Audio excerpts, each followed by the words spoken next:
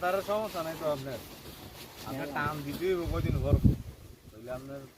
আলাদা চাউলে হইব মাছ একটু তুলবো দৌড়াদৌড়ি করবো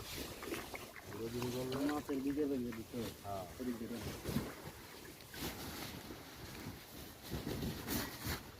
ইচারে উঠলি সারে ইচে দেখলাম পরে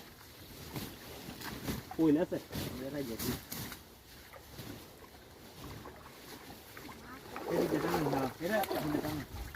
তাহলে মাছ দেখে লড়ে না অন্যের নেই তুই বড় বড় বাইরে হালাস না হ্যাঁ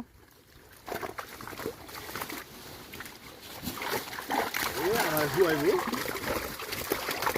আজকে মাছ